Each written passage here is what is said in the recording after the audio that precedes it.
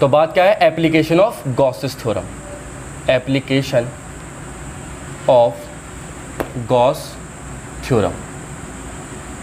ठीक, तो क्या क्या एप्लीकेशन है वो देखते हैं। देखो सबसे पहली चीज़ इलेक्ट्रिक फील्ड निकालने के काम आती है, तो कॉम्प्लिकेटेड इलेक्ट्रिक फील्ड को क्या करती है, ईजी करती है।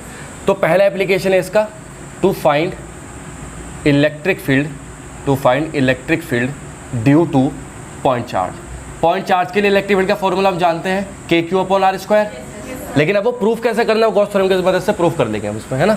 दूसरा है इसका application to find electric field due to infinite long charge wire, infinite long charge wire.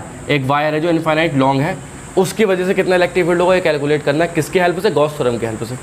जो थर्ड एप्लीकेशन है हमारा वो है to find intensity of electric field due to infinite long plane sheet. एक प्लेन शीट की वजह से कितना इलेक्ट्रिक फील्ड होगा ये पता लगाना है गॉस थ्योरम को यूज़ करके। और जो फोर्थ एप्लीकेशन है हमारा वो है, ये सब डेरिवेशन से ध्यान रखना, to find electric field due to spherical shell. अब स्फेरिकल शेल होलो भी होता है, सॉलिड भी। स्फेरिकल शेल की वजह से कितना इलेक्ट्रिक फील्ड है वो फाइंड करना है, ठीक है। तो कुछ एप्लीकेशन है। अब इसमें जो वायर है, इस वायर के दो केस है, एक तो सॉलिड वायर और एक क्या हो जाएगा, होलो वायर। जैसे कि सॉलिड सिलेंडर, होलो सिलेंडर। एक बार बताओ, ये जैसे कि ये क्या है, सिलेंडर ही तो है, देखो। अब ये सॉलिड सिलेंडर है, अगर अंदर से ठोस हुआ और अंदर से खोखला हुआ तो कैसा हो जाएगा, होलो सिलेंडर। अब इस सिलेंडर को वायर भी कह सकते हैं क्योंकि तो तार के जैसा ही है। तो इसी के दो एप्लीकेशन बन जाते हैं, सॉलिड वायर और होलो वायर। तो ये सारे एप्लीकेशन हमें पढ़ने हैं। एज ए स्फेरिकल शेल में भी दो शेल आएंगे, एक सॉलिड और एक होलो, एक कंडक्टिंग और एक नॉन कंडक्टिंग। तो ये एप्लीकेशन है जो गॉस लॉ में हमें यूज़ करके क्या करना है, इलेक्ट्रिक फील्ड फाइंड करना है, इन सब चीज़ों का। ठीक, तो आज यही काम करना, चैप्टर खत्म हो जाएगा। 4 डेरिवेशन है लेकिन छोटे छोटे हैं, कोई डरने वाली बात। कर लिया ये, चलो देखो अब ज़रा ये एप्लीकेशन है जो हमें करनी है। अब दूसरी चीज़, गॉसियन सरफेस बनाना कैसे है किसी शेप के लिए, सबसे पहला पॉइंट ये है ना। तो यहाँ देखते हैं शेप ऑफ गॉसियन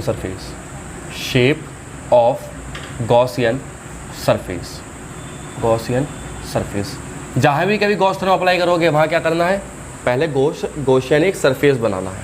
तो नंबर फर्स्ट पॉइंट, अगर पॉइंट चार्ज दे रखा है, अगर कोई एक चार्ज दे रखा है, उसके लिए जो गॉसियन सरफेस की शेप आएगी वो आएगी स्फेरिकल, ये याद रखना, ठीक है। अगर कहीं पॉइंट चार्ज हो कैसी शेप आएगी, स्फेरिकल। जैसे ये पॉइंट चार्ज हो इसके अराउंड कैसे गॉसियन सरफेस बनाएंगे हम, स्फेरिकल बना देंगे इस तरह का, सिंपल, ठीक। अच्छा दूसरा, अगर कोई लीनियर चार्ज दे रखा है, जैसे किसी रॉड पे चार्ज को फैला दिया, तो अगर किसी लीनियर चार्ज की बात करें, लीनियर चार्ज, तो लीनियर चार्ज के लिए कैसी शेप आएगी, सिलिंड्रिकल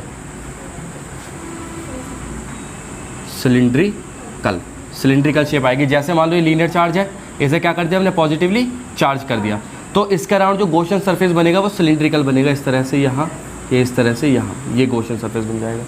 अगर कहीं दे रखा कैसे, सरफेस चार्ज, जैसे कि किसी प्लेट पे सरफेस चार्ज, तो सरफेस चार्ज के लिए तुम या तो सिलिंड्रिकल बना सकते हो, सिलिंड्रिकल भी बना सकते हो, या क्यूबॉइड भी बना सकते हो। जैसे कि मान लो हमारे पास एक प्लेट हो गई, यहाँ पे ये प्लेट है, ठीक, और एक ऐसी प्लेट है, चार्ज प्लेट एकदम। तो इस प्लेट की वजह से हमें इलेक्ट्रिक फील्ड निकालना है किसी पॉइंट पे, तो उसके अराउंड एक हमें गॉसियन सरफेस कुछ इस तरह से बनाना पड़ेगा, चाहे सिलिंड्रिकल बना लो चाहे क्यूबॉइड बना लो, ठीक। तो ये कुछ शेप है किसकी, गॉसियन सरफेस की। जहाँ पर हमें गॉसियन सरफेस बनाना है वहाँ शेप पहले देखने पड़ेगा चार्ज कैसा है। अगर पॉइंट चार्ज है तो स्फेरिकल बना दो, लीनियर चार्ज है तो सिलिंड्रिकल बना दो, और अगर प्लेट है तो कैसा बना दो, सिलिंड्रिकल बना दो, ठीक है। कोई दिक्कत, फटाफट उतारो फटाफट शेप हो। चलो भाई, अब बात करते हैं एप्लीकेशन ऑफ गॉस थ्योरम, जो हमने बताया अभी, है ना। तो 5 चीज़ें हैं जिनकी वजह से हमें क्या फाइंड करना है, इलेक्ट्रिक फील्ड, किसको यूज़ करके, गॉस थ्योरम। अब एक चीज़, modified form of Gauss theorem, modified form of Gauss theorem. देखो मॉडिफाइड फॉर्म क्या है, हमें पता है गॉस थ्योरम क्या होती है, phi = Q inside upon epsilon not, यही फॉर्मूला है। चार्ज कौन सा लेना, अंदर वाला हमेशा। दूसरा फ्लक्स का फॉर्मूला क्या होता है, इंटीग्रेशन E.dA cos थीटा, है तो दोनों फ्लक्स ही है, इन दोनों को इक्वल कर दो तो क्या हो जाएगा, integration E.dA cos theta = Q inside upon epsilon. Simple एक इक्वेशन में हमने गॉस थ्योरम को, फ्लक्स को क्या कर दिया, जो 3D से निकलने वाला फ्लक्स है वो 2D से निकलने वाले फ्लक्स से रिलेशन बना दिया। ये किसके लिए था, ओपन सरफेस के लिए फ्लक्स, और ये किसके लिए होता है, दोनों को हमने रिलेट कर देना, अब चाहे ओपन सरफेस से फ्लक्स दे रखा हो, चाहे क्लोज सरफेस से दे रखा हो, या किसी भी प्रकार की शेप के लिए इलेक्ट्रिक फील्ड पूछा हो, हम ये मॉडिफाइड गॉस थ्योरम लगा देंगे, आराम से आंसर आ जाएगा हमारे पास। कैसे अब देखते हैं, ठीक। तो ये मॉडिफाइड थ्योरम लगाएंगे हमेशा गॉस की। कौन से गॉस की थ्योरम है? Gauss modified form. ये लगा करके हम क्वेश्चन वो निकालेंगे इलेक्ट्रिक फील्ड। तो पहला क्या है देखो, फर्स्ट, इसे बाद में लिख लेना, लिखने की जरूरत नहीं। फर्स्ट एप्लीकेशन क्या है? To find intensity of electric field किसकी वजह से? Due to point charge. पहला तो पॉइंट चार्ज की वजह से निकालेंगे हम इलेक्ट्रिक फील्ड कितना होगा। वैसे पॉइंट चार्ज के लिए हम जानते हैं कितना होता है, E = KQ/R²। अब ये प्रूफ होना चाहिए, उस टाइम तो प्रूफ किया नहीं था हमने, अब ये प्रूफ करेंगे। देखो कैसे होगा प्रूफ गॉस थ्योरम की हेल्प से। तो हमें पॉइंट चार्ज की वजह से इलेक्ट्रिक फील्ड निकालना है, तो सबसे पहले क्या मानना पड़ेगा? एक पॉइंट चार्ज। मान लो यहाँ हमारे पास एक पॉइंट चार्ज रखा है Q, ठीक। अब इसकी वजह से कितना फ्लक्स निकल रहा है ये पता लगाओ। तो फ्लक्स क्या होता है? Number of electric field line passing through the surface. तो सरफेस बनाना पड़ेगा। अब सरफेस कैसा बनेगा? गॉसियन। और उसकी शेप कैसी आएगी? पॉइंट चार्ज तो स्फेरिकल आएगी, पहले बता दी। तो पॉइंट चार्ज की वजह कैसी शेप आएगी? स्फेरिकल। तो स्फीयर बना दो भैया एक, पहले ये बना दे स्फेरिकल शेप। अब एक बार बताओ ये कैसा सरफेस है? गॉसियन सरफेस, ठीक। अब इससे इलेक्ट्रिक फील्ड लाइन निकलेगी कितनी? करोड़ों। हम करोड़ों नहीं बना सकते, हम एक पकड़ के चलेंगे।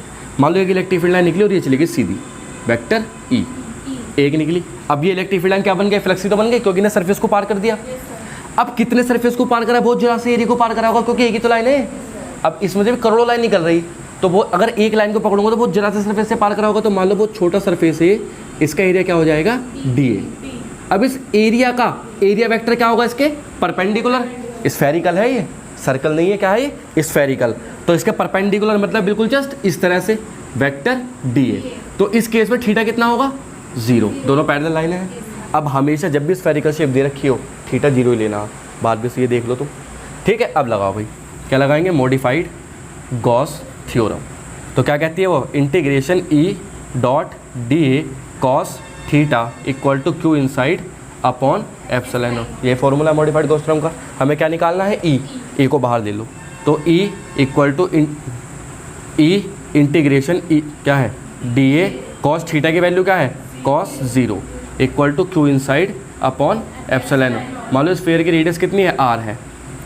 अब एक बार बताओ DA क्या है? एरिया। अब छोटे से एरिया का इंटीग्रेशन क्या देगा? Total area. अरे इंटीग्रेशन वाला क्या होता है? टोटल निकालना है किसी चीज़ का। तो छोटे से एरिया का हमने इंटीग्रेशन कर दिया तो टोटल एरिया मिलेगा। टोटल शेप कैसी है? ये स्फेरिकल। और स्फेरिकल का एरिया क्या होता है? 4πr²। cos 0 की वैल्यू क्या होती है? 1 × 1 equal to Q inside upon epsilon not. या E निकालना तो E यहीं छोड़ो, बाकी सारी चीज़ें नीचे। तो Q inside upon 4πr² into epsilon. अब इसे रीअरेंज करो तो 4π एप्सिलॉन नॉट को पहले लिख लो, तो 1/4π एप्सिलॉन नॉट को पहले लिख लिया। क्या बचा? Q inside upon R²। तो ये तो प्रूफ करना था। देखो, अरे क्या यही तो होता है 1/4 पे? हो गई प्रूफ, बात नहीं। तो पॉइंट चार्ज के लिए इलेक्ट्रिक फील्ड निकाल सकते हैं गॉस थ्योरम को यूज़ करके। पहला एप्लीकेशन समझ में आया? कोई दिक्कत? E = ये आया, ठीक। सेकेंड एप्लीकेशन की बात करते हैं, आराम से उतारना है ना। क्या है सेकेंड एप्लीकेशन?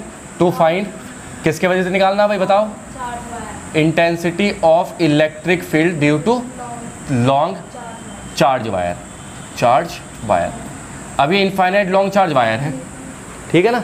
अब इसकी वजह से मैं क्या फाइंड करना है? Electric field. क्या यूज़ करके? गॉस थ्योरम यूज़ करके। तो भाई बना लो, सबसे पहले क्या बनाओ? एक लॉन्ग चार्ज वायर बना लो। ये बनाया, पॉजिटिवली चार्ज कर दो इसे, कर सकते हैं आराम से। कैसा है ये? इनफाइनाइट लॉन्ग है। अच्छा, इनफाइनाइट का मतलब क्या होता है? एक बार क्लास में बताया था मैंने। इनफाइनाइट तो दुनिया में कोई चीज़ होती नहीं। इनफाइनाइट टर्म एक रिलेटिव टर्म है। मेरी उंगली भी इनफाइनाइट हो जाएगी ये। अगर तुम इतने छोटे हो जाओ और यहाँ खड़े हो जाओ बिल्कुल, तो तुम्हें इसके ये नहीं दिखाई देगा। तो जब तुम्हें इसकी नोक नहीं दिखाई देगी तो मतलब ये तुम्हारे लिए क्या है? इनफाइनाइट लॉन्ग है। तो हम इनफाइनाइट चीज़ें कहाँ यूज़ करते हैं? मान लो कोई इलेक्ट्रिकल सर्किट बनाना, मोबाइल का चार्जर ही बनाना, तो वहाँ पे एक प्लेट रखी है, ये छोटी सी चार्ज प्लेट है। अब इसके पास में तुमने एक छोटा सा कैपेसिटर रख दिया, तो इस कैपेसिटर के लिए चार्ज प्लेट तो इनफाइनाइट का रोल प्ले करेगी नहीं करेगी? तो इनफाइनाइट प्लेट के लिए कितना इलेक्ट्रिक फील्ड होगा ये पता लगाना पड़ेगा। तो वो गॉस थ्योरम के से पता लगा लेंगे। जब कोई वायर रखा है यहाँ हमने, चार्ज वायर, तो इसके लिए तो इनफाइनाइट वायर है ना, इनफाइनाइट लॉन्ग, तो इसकी वजह से कितना इलेक्ट्रिक फील्ड क्रिएट होगा यहाँ से निकाल के पता लगा लेंगे आराम से। तो इनफाइनाइट अपने आप में कुछ टर्म होती नहीं, रिलेटिव टर्म है ये। तो देखो भाई, इसकी वजह से हमें क्या फाइंड करना है? Electric field. तो शेप कैसी बनेगी गॉसियन सरफेस की? सिलिंड्रिकल, अभी बताया है ना। तो सिलिंड्रिकल गॉसियन सरफेस बना दो पहले तो ये। अच्छा, सिलिंड्रिकली क्यों? इसका रीजन बताता हूँ मैं। मान लो ये चार्ज है, एक पॉइंट चार्ज है, तो इलेक्ट्रिक फील्ड यहाँ से चारों तरफ को निकलेगा। उन सबको मिलाएंगे तो सर्किल बनेगा ऐसा, ऐसे इसकी वजह से भी नीचे सर्किल बनेगा, ऐसे इसकी वजह से यहाँ सर्किल, ऐसे इसकी वजह से ऐसे चूड़ी बन गई बहुत सारी। जब चूड़ियों के साथ रखोगे सिलेंडर ही तो बनेगा, तो सिलेंडर का शेप आएगी अपना आप ही। ये आया, ये बना, और ये हमारे पास एक ये बन गया, ठीक है। अब इस चार्ज वायर की वजह से क्या फाइंड करना है, इलेक्ट्रिक फील्ड। तो यहाँ पे मान लो एक पॉइंट P है जिस पर हमें क्या फाइंड करना है, इलेक्ट्रिक फील्ड। सही है ज़ेवर। अब यहाँ से क्या निकलेगी, इलेक्ट्रिक फील्ड लाइन बहुत सारी, लेकिन हमें कितनी पकड़ के चलनी है, एक।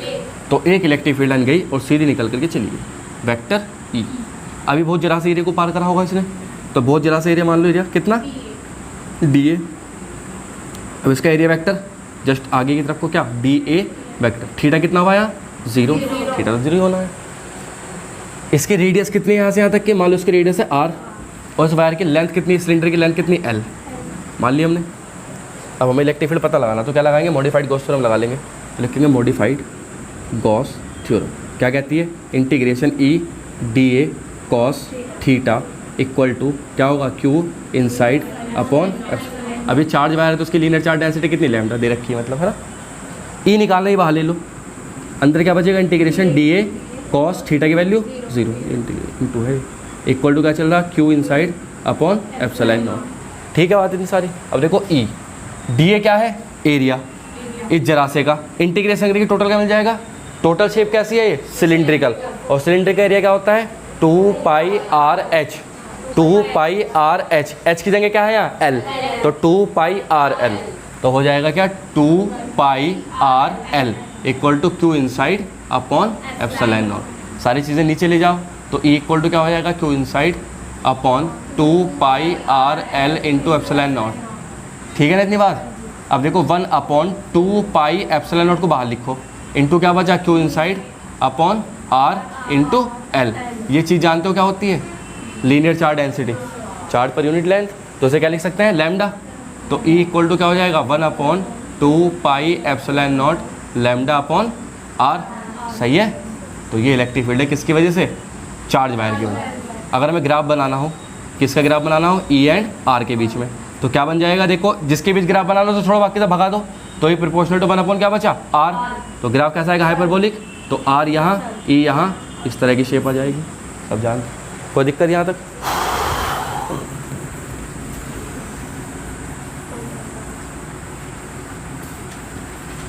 कर लिया ये भी, ठीक है। अब देखो यहाँ जो सिलेंडर है, ये जो वायर था, ये दो टाइप का हो सकता है, तो सॉलिड एक होलो, ठीक है ना। एक तो सॉलिड वायर हो सकता है और एक होलो वायर हो सकता है। तो अगर ये सॉलिड है, मिटा दो इसे।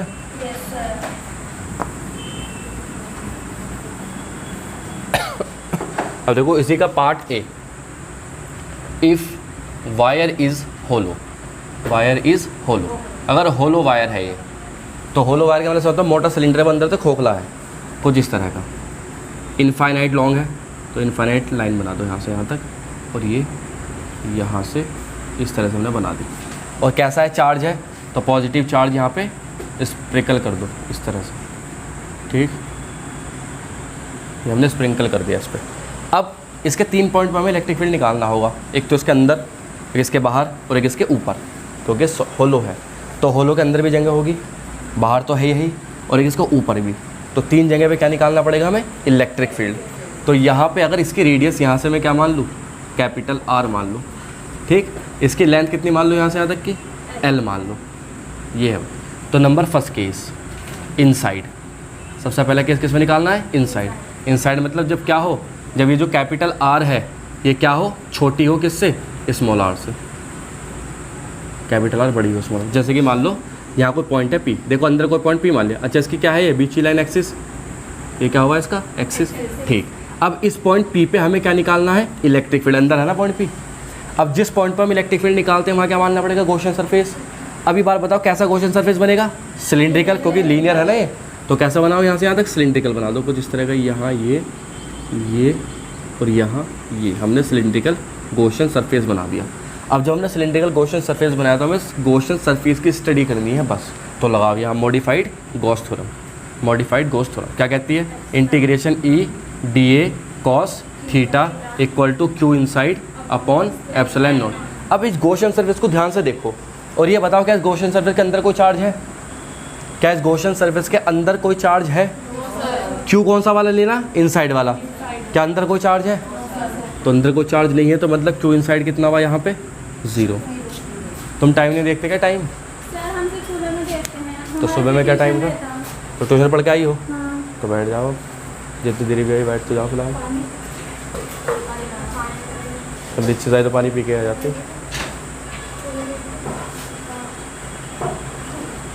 चलो खैर, यहाँ फोकस करो फटाफट।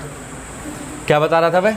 ये गॉसियन सरफेस है, इस गॉसियन सरफेस के अंदर कोई चार्ज है क्या इस टाइम? तो क्यू इनसाइड कितना होगा? 0। तो पुट करो वैल्यू यहाँ।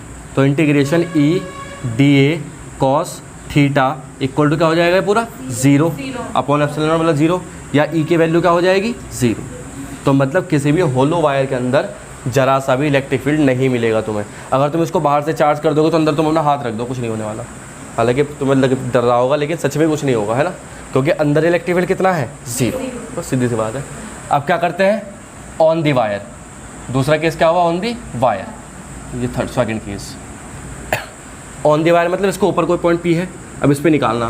तो जब इसको ऊपर निकालोगे तो वो वही केस बन गया तो पीछे गिरा हमने लॉन्ग वायर वाला। तो मतलब उसके लिए तो कुछ करना नहीं, डायरेक्ट लिखेंगे E is equal to 1/2 pi epsilon not lambda upon R. R कौन सा? कैपिटल वाला, कैपिटल आर।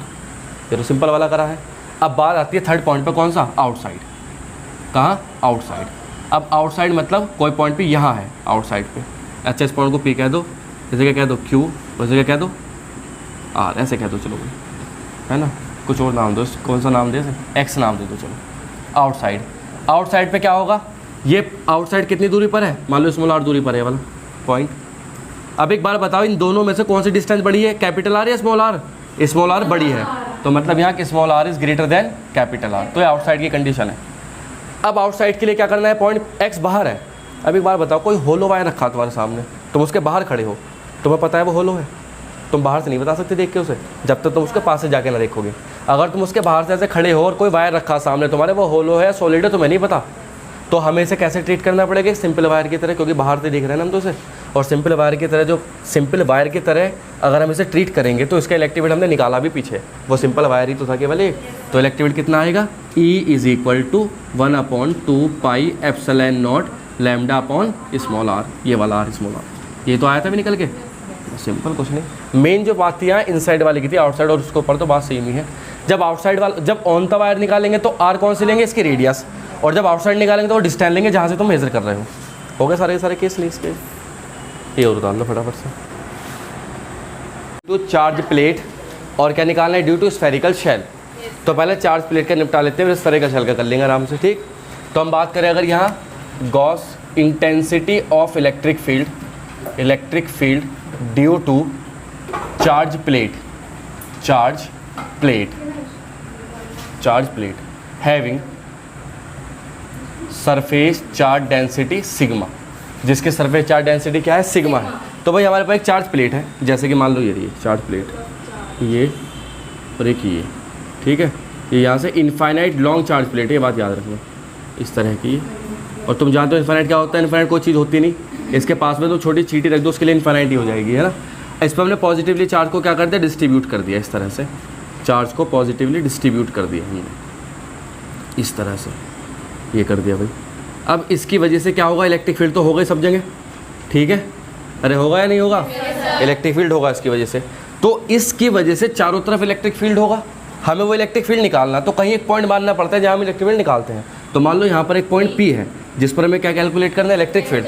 तो जिस पॉइंट पर हम इलेक्ट्रिक फील्ड कैलकुलेट करते हैं, अगर हमें गॉस लॉ लगाना है तो गॉसियन सरफेस बनाना पड़ेगा। तो तुम्हें पता है किसी चार्ज प्लेट के लिए गॉसियन सरफेस कैसा बनता है? इस नहीं, सिलिंड्रिकल या क्यूबॉइड बना लो, तो हम सिलिंड्रिकल बना लेते हैं इस तरह से। देखो ये गया ऐसे, ये गया यहाँ से यहाँ, और हमने क्या काम किया? इसके आसपास एक सिलिंड्रिकल गॉसियन सरफेस बना लिया, ठीक। अब इससे इलेक्ट्रिक फील्ड लाइन निकलेगी, करोड़ों निकलेगी, हमें एक पकड़ के चलनी। मान लो ये निकली यहाँ से इलेक्ट्रिक फील्ड लाइन, जा करके से ऐसे पार कर दी वेक्टर E से। अब ये बहुत जरा से एरिया से पार किया है इसने, तो इस जरा से एरिया का एरिया वेक्टर कहाँ होगा? बिल्कुल जिसके ऊपर ही, कितना? DA vector. तो यार थीटा कितना हो जाएगा? 0। ये तो हमें पता है, ठीक। तो यहाँ से निकलने वाला जो टोटल फ्लक्स होगा वो कितना होगा? देखो एक फ्लक्स तो यहाँ से निकला सरफेस नंबर 1 से। अब इस प्लेट के कितने सरफेस है? 2 सरफेस है। जैसे मान लो हमारे पास एक प्लेट है, अब इस प्लेट के कितने सरफेस है? 2, एक आगे वाला एक पीछे वाला। ये प्लेट चार्ज है, चार्ज होने का मतलब क्या है, यहाँ से भी चार्ज है और यहाँ से भी चार्ज है, तो यहाँ से फ्लक्स आगे को निकलेगा, यहाँ से फ्लक्स पीछे को निकलेगा, सीधी सी बात है।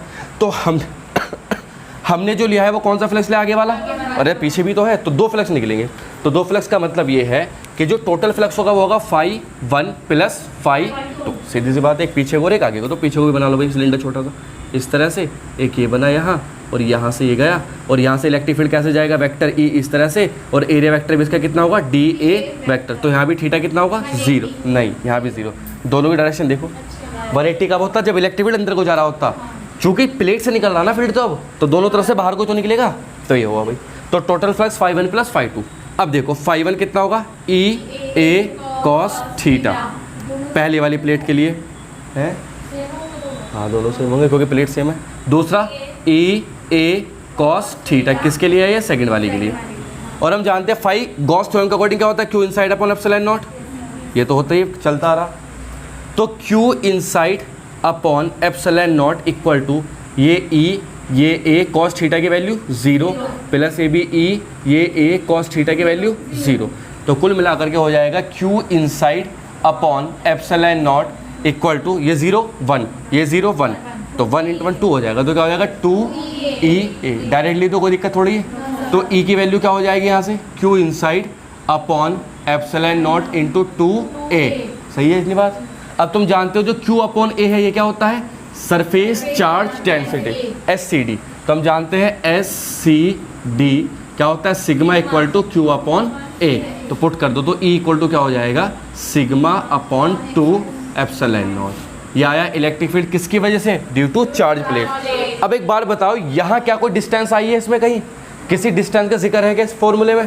इसका मतलब किसी भी चार्ज प्लेट के लिए इलेक्ट्रिक फील्ड जो है वो डिस्टेंस पे डिपेंड नहीं करता, चाहे तुम इस पॉइंट पी को यहाँ मान लो, चाहे यहाँ मान लो, चाहे यहाँ, चाहे सब जगह एक सा होगा, होगा नहीं होगा। अब ये प्लेट एक थी तो कितना है, ये equal to sigma upon 2 epsilon not. अगर प्लेट 2 हो तो क्या होगा, अगर 2 होगी तो 2 से मल्टीप्लाई कर दो, तो क्या हो जाएगा, sigma upon epsilon not. Capacitor में याद आएगा, ये पता नहीं तुम्हें। तो कुल मिलाकर के हम, अब ग्राफ तो बन ही नहीं सकता है क्योंकि डिस्टेंस नहीं है। तो ग्राफ क्या, अगर मैं ग्राफ बनाने की कोशिश भी करूँ, मान लो, चलो फिर भी बनाते हैं, तो ये R डिस्टेंस हो, ये क्या हुआ E। अब इलेक्ट्रिक फील्ड E R पर डिपेंड कर ही नहीं रहा, तो मतलब इलेक्ट्रिक फील्ड क्या है, कांस्टेंट है इर्रेस्पेक्टिव ऑफ डिस्टेंस। तो मतलब इलेक्ट्रिक फील्ड यहाँ से स्टार्ट करो और सीधी लाइन खींच दो, हो गया भैया, कांस्टेंट है ना। अगर डिस्टेंस के साथ चेंज होता तो ग्राफ आ जाता कोई सा भी, बहरहाल ये है बात। तो कोई दिक्कत किसी को समझने में, यहाँ फ्लक्स 2 क्यों आए हैं समझ गए, एक पीछे से निकलेगा एक आगे से निकलेगा। अगर 3 सरफेस होते तो तीनों तरफ से निकलता फ्लक्स, है ना। तो बस ये लास्ट था, करो फटाफट।